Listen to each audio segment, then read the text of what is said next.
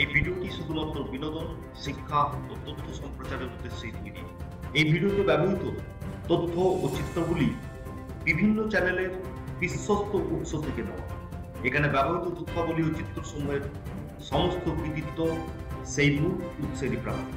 আপনাদের যদি কোনো প্রশ্ন বা আপত্তি থাকে তাহলে নিচে কমেন্ট করে আমাদের জানাতে পারবেন। ফের কলকাতার শিক্ষা প্রতিষ্ঠানে ধর্ষণের অভিযোগ। দেশের নামকরা শিক্ষা প্রতিষ্ঠান আইআইএম জোকা এবার ধর্ষণের অভিযোগ সামনে এলো। কসবা ল কলেজের পর আইআইএম জোকার বয়েজ হস্টেলেই ধর্ষণের অভিযোগ। আইআইএম এর দ্বিতীয় বর্ষের ম্যানেজমেন্ট পড়ুয়ার বিরুদ্ধে ধর্ষণের অভিযোগ এবং ইতিমধ্যেই অভিযুক্ত পড়ুয়াকে গ্রেপ্তারও করা হয়েছে। গ্রেপ্তার করেছে হরিদেবপুর থানার পুলিশ। কাউন্সেলিং করাতে আসা তরুণীকে ধর্ষণ করা হয় বলে অভিযোগ সামনে এসেছে এবং যে অভিযোগ হস্টেলের রুমে কাউন্সেলিং করতে এসেছিলেন ওই তরুণী এবং তারপরেই তাকে নাকি ধর্ষণ করা হয়। সকাল 11:45-এ অভিযুক্ত ম্যানেজমেন্ট পড়ুয়াকে কাউন্সেলিং করাতে আসেন নির্যাতিতা। কাউন্সেলিং এর পর লাঞ্চে তরুণীকে পিৎজা জল দেয় অভিযুক্ত ওই পড়ুয়া আর লাঞ্চের পরেই আচ্ছন্ন হয়ে পড়েন ওই নির্যাতিতা এবং এরকমই তিনি পুলিশকে জানিয়েছেন।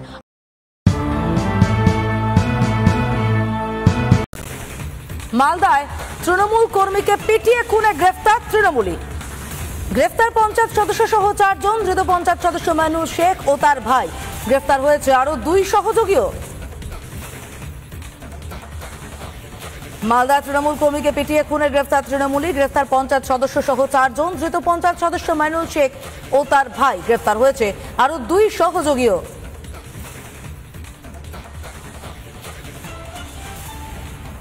আরো এবার আপনাদেরকে জানিয়ে রাখতে চাইবো, এই মুহূর্তে যে খবর পাচ্ছি আমরা, মালদায় তৃণমূল কর্মীকে পিটিয়ে খুনে গ্রেফতার করা হয়েছে তৃণমূলকে। লাগাতার গোটা রাজ্য জুড়ে তৃণমূলের হাতে তৃণমূলকেই খুন হতে দেখছি আমরা। মরছে তৃণমূল, মারছেও তৃণমূল। গ্রেফতার করা হয়েছে পঞ্চায়েত সদস্য সহ 4 জনকে। ধৃত পঞ্চায়েত সদস্য মাইনুল শেখ ও তার ভাই। গ্রেফতার হচ্ছে আরো 2 সহযোগীও। মাত্র 366 মিটার, আর এখানেই যাবতীয় জটিলতা। চিংড়িঘাটা মোড়ের মেট্রো সংযুক্তির কাজে বারবার আবেদন করেও প্রশাসনের সবুজ সংকেত অধরায়। প্রকল্পের কাজ থমকে যায়, দুঃখজনক বলে দাবি মেট্রোর জেনারেল ম্যানেজারের। 366 মিটার এই অংশে 3টে পিলারের উপরে মূলত এই ব্রিজ বসার কথা।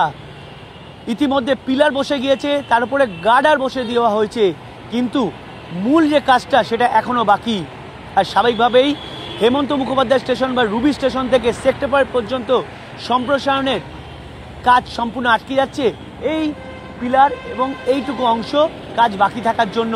চিংড়িহাটা বন্ধ রাখতে হবে 7 দিন, সেই বন্ধই রাখতে চাইছে না প্রশাসন। তাদের দাবি চিংড়িহাটা যদি রাত্রেবেলা বন্ধ রাখা হয় বা বিকেলবেলার দিক থেকে বন্ধ করা হয় তাহলে গাড়ি চলাচল সম্পূর্ণ স্তব্ধ হয়ে পড়বে, কলকাতা স্তব্ধ হয়ে পড়বে।